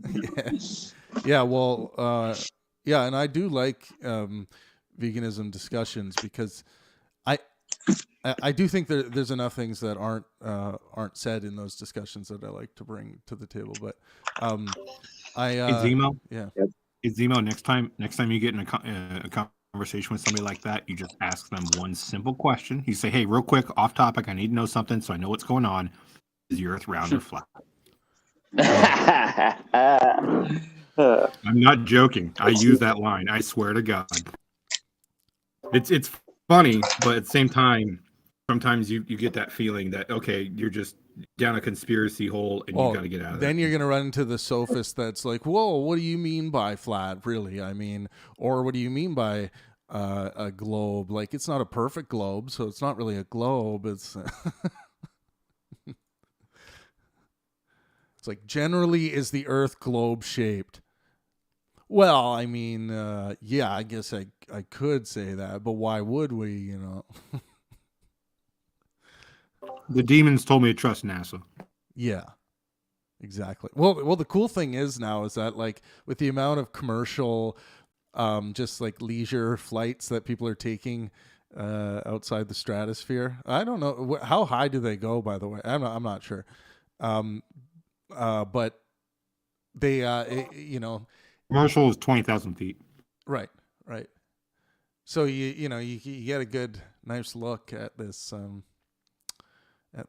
Globe, right? Yes, right. Well, you gotta be about 80,000 to 100,000, depending on where you're at on the ball, to actually see curvature. How high did what's his name? There's something on the wing. What's that guy's name? Jim Carrey? No, the guy Jim Carrey is imitating. Oh, William Shatner. William Shatner. How high did William Shatner go into space? Let's look at this. Did you see him come down with Bezos and like that whole awkward situation? Oh, they were 351,000 feet. So 66 miles up.